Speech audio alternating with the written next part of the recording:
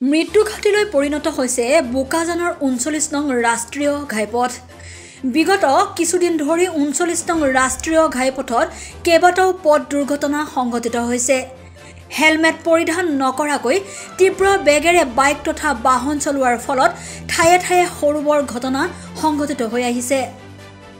ইয়াৰ পৰিপ্ৰেক্ষিতত বোকাজানত পথ দুৰ্ঘটনা ৰোধ কৰিবলৈ তথা উদণ্ড বাইক আৰোহীক শিক্ষা দিয়াৰ উদ্দেশ্যে গাঁওৰক্ষী বাহিনীৰ সহযোগত বোকাজান আৰক্ষীয়ে ঠায়ে ঠায়ে গ্ৰহণ কৰিছে বিভিন্ন পদক্ষেপ। হেলমেট নিপিন্ধাকৈ তথা তীব্ৰ বেগেৰে বাইক চলোৱা লোকৰ বিৰুদ্ধে চলোৱা অভিযানত আজি প্ৰায় ১০০ৰো অধিক বাইক জব্দ কৰি বোকাজান থানালৈ লৈ যায়। হেলমেট পৰিধান নকৰা লোকসকলক ৰখাই স্কুটি ৰাখি থোৱাৰ অন্তত হেলমেট পৰিধান কৰি অহাৰ পাছত যাবলৈ দিয়া হয়। লগতে হেলমেট নথকা লোকক নতুন হেলমেট কিনি পিন্ধাই যাবলৈ দিয়া হয়। অসাৱধানতাৰ ফলত সঘনে সংঘটিত হোৱা পথ দুৰ্ঘটনা ৰোধ কৰাৰ উদ্দেশ্যে এনেধৰণৰ ব্যৱস্থা চলি থাকিব বুলিও জানিব পৰা গৈছে। আমি দেখা পাইছোঁ যোৱা আমাৰ ৪-৫ দিনৰ ভিতৰত ৩জন উঠি অহা যুৱক ৰোড এক্সিডেণ্টত নিহত হৈছে, যিটো খুব দুৰ্ভাগ্যজনক আৰু খুব দুখজনক কথা। তো আমি বহুত দিনৰ আগৰ পৰাই এনফৰ্চটো কৰি আছোঁ ট্ৰেফিক ৰুলৰ ওপৰত।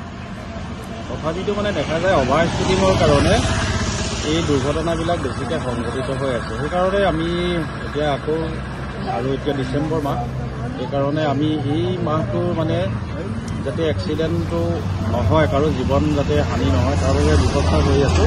সেইকাৰণে আমি বাইকসমূহৰ বিশেষকৈ বাইকসমূহ আমি চেক কৰি আছোঁ আৰু আমি আহ্বান জনাইছোঁ বাইক আৰোহীসকলক হেলমেট পৰিধান কৰিবলৈ আহ্বান জনাইছোঁ। স্পীডটো অভাৰ স্পীডটো যাতে কণ্ট্ৰলত চলায় আৰু যিবিলাক চাৰিচকীয়া বাহনৰ চালকসকল আছে আৰু যাত্ৰীসকল আছে উভয়ে সকলোৱে যাতে ছিট বেল্ট পৰিধান কৰে, তাৰ বাবে আমি আপোনালোকৰ সংবাদ মাধ্যমৰ যোগেদি তেখেতসকলক আহ্বান জনাইছোঁ। ছাৰ, দেখা যায় যে আপোনাৰ থানাৰ আণ্ডাৰত প্ৰায় 3 জেগাতে চেকিং কৰে, তাৰপিছতো ল'ৰা ছোৱালীবিলাকে হেলমেট পৰিধান নকৰে।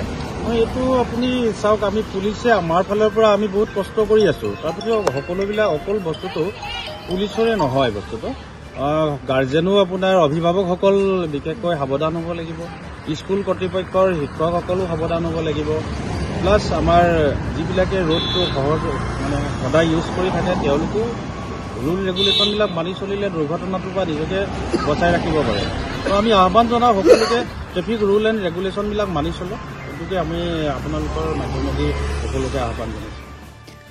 পুৱাৰে পৰা মাজনিশা পৰ্যন্ত এই অভিযান অব্যাহত ৰাখিছে বোকাজান আৰক্ষীয়ে।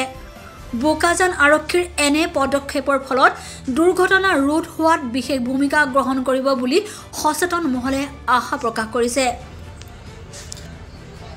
News desk report, Bokajan times.